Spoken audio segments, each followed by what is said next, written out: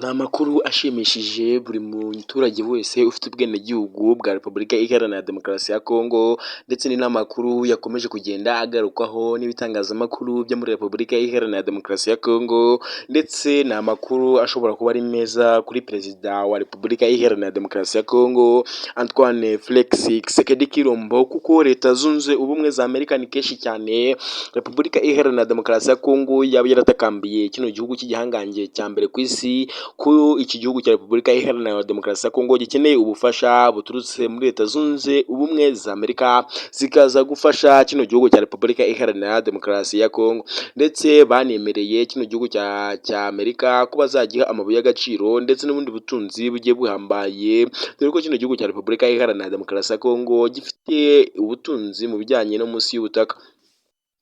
hakuyemo amabuye y'agaciro n'amazahabu ndetse na peteroli n'ibindi bigiye bitandukanye biri munsi y'ubutaka bw'iki gihugu cya Repubulika Iharanira Demokarasi ya Kongo. Reka rero twinjire mu makuru y'ingenzi agezweho kuri iyi saa 11, ndetse nawe uri hanze y'u Rwanda ndetse nawe uri mu Rwanda, nawe uri mu mahanga, ngo wahe ikaze ndetse nanagusoje. Nimba ari ubwa mbere ugeze kuri uyu muyoboro, nyamuneka kandi ukanda subscribe, ugafungura inzogera, ukanda like, ugakora share, kugira ngo iganire amakuru tubahereza bijye bageraho 5 kuri 5, ndetse ubuzima kugira ngo bukomeze bugende neza nk'uko ubyifuza. Reka twinjire mu makuru y'ingenzi agezweho. Reka mbere mu gihugu cya Repubulika Iharanira Demokarasi ya Kongo, mbe nakubwira ibiri kuvugirwa muri iki gihugu cya Repubulika Iharanira Demokarasi ya Kongo, nyuma y'uko Antoine Felix Tshisekedi Tshilombo yakomeje kugenda azenguruka ibihugu bimwe na bimwe abisaba ubufasha, ndetse n'abasirikare bamwe na bamwe bagiye batandukanye mu buryo bwo kugira ngo barebe ko bahosha intambara iri kubera muri Repubulika Iharanira Demokarasi ya Kongo, mu buryo bwo kwirukana uyu mutwe witwaje intwaro muri Repubulika Iharanira Demokarasi ya Kongo, ndetse bakanavuga yuko uyu mutwe witira ko ari abaturage ba Repubulika Iharanira Demokarasi ya Kongo bifuza kuwuca ukava muri kino gihugu cya Repubulika Iharanira Demokarasi ya Kongo, bityo amahoro akongera kogoka. Antoine Felix Tshisekedi Tshilombo avuga ko uyu ari umutwe witwaje intwaro wo muri Repubulika Iharanira Demokarasi ya Kongo ukomeza kugenda uhungabanya umutekano w'abaturage ndetse n'ibikorwa remezo Leta ya Kinshasa yamaze kugeraho. Avuga yuko uyu mutwe ufashwa n'igihugu cy'u Rwanda, dore ko akomeza kugenda abishimangira, avuga yuko igihugu cy'u Rwanda cyohereje ingabo zirenga 30,000 muri Repubulika Iharanira Demokarasi ya Kongo zikivanga n'umutwe wa 23, akaba ari nabyo ngo byatanze motivasiyo ikomeye cyane kuri uyu mutwe wa 23 ukomeza kwinangira ndetse no kurwana ku mirongo y'urugamba muri Repubulika Iharanira Demokarasi ya Kongo. Nyuma y'uko afite inshuti zimwe na zimwe zigiye zitandukanye zagiye zohereza abasirikare muri Repubulika Iharanira Demokarasi ya Kongo mu buryo bwo guhashya uyu mutwe witwaje intwaro muri Repubulika Iharanira Demokarasi ya Kongo, hari igihugu cya mbere cyitanze ku isi ndetse kinyitanga kugeza na n'ubu. Igihugu cy'Abarundi cyakomeje kwitanga bikomeye cyane, abakomando bahambaye ndetse n'intwaro zigiye zihambaye zamanutse muri Repubulika Iharanira Demokarasi ya Kongo zivuye mu gihugu cy'u Burundi mu buryo bwo kurwanya izi nyeshyamba za 23. Ibyo bintu byakomye mu nkokora izi nyeshyamba za 23, dore ko abatari bakeya ba 23 bakomeje kwicwa n'abasirikare b'Abarundi, kuko Evariste Ndayishimiye yavuze yuko rwose yemera gufasha igihugu cya Repubulika Iharanira Demokarasi ya Kongo kugeza intambara irangiye, ndetse umutekano ugatangira kogoga mu gihugu cya Repubulika Iharanira Demokarasi ya Kongo. Ibyo ngibyo rero inyeshyamba za 23 zababajwe cyane no kubona abasirikare batari bakeya ndetse n'abandi bagiye batandukanye bazirwanya, kandi bumva ko bonga ari abaturage ba Repubulika Iharanira Demokarasi ya Kongo.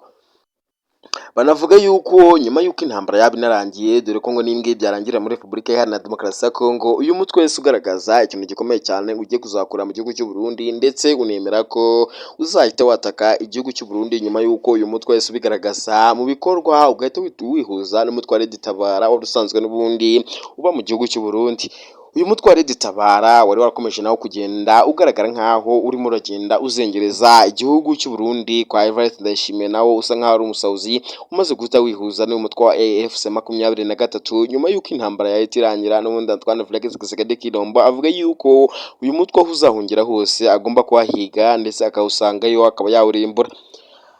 Amahanga yose yamaze kwemera ibyo Antoine Felix Tshisekedi Tshilombo yakomeje kugenda avuga, ndetse akagenda asabira igihugu cy'u Rwanda ibihano bimwe na bimwe bigiye bitandukanye. Igihugu cya Leta Zunze Ubumwe za Amerika cyavuze yuko ibyo Repubulika Iharanira Demokarasi ya Kongo ivuga ari byo kandi binemewe, dore ko igihugu cya Leta Zunze Ubumwe za Amerika cyahise kibishyira mu bikorwa, gihita gifatira ibihano igihugu cy'u Rwanda, ndetse binavugwa yuko igihugu cy'u Rwanda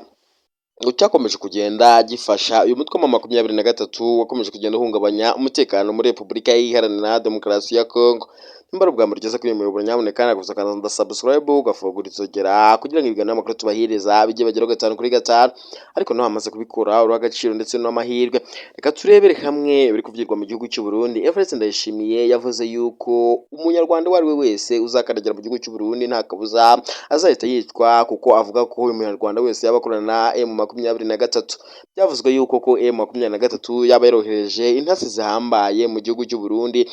Evariste Ndayishimiye ahita afata umwanzuro wo kugenda afata buri muntu uwo ari we wese utazwi mu gihugu cy'u Burundi, batangira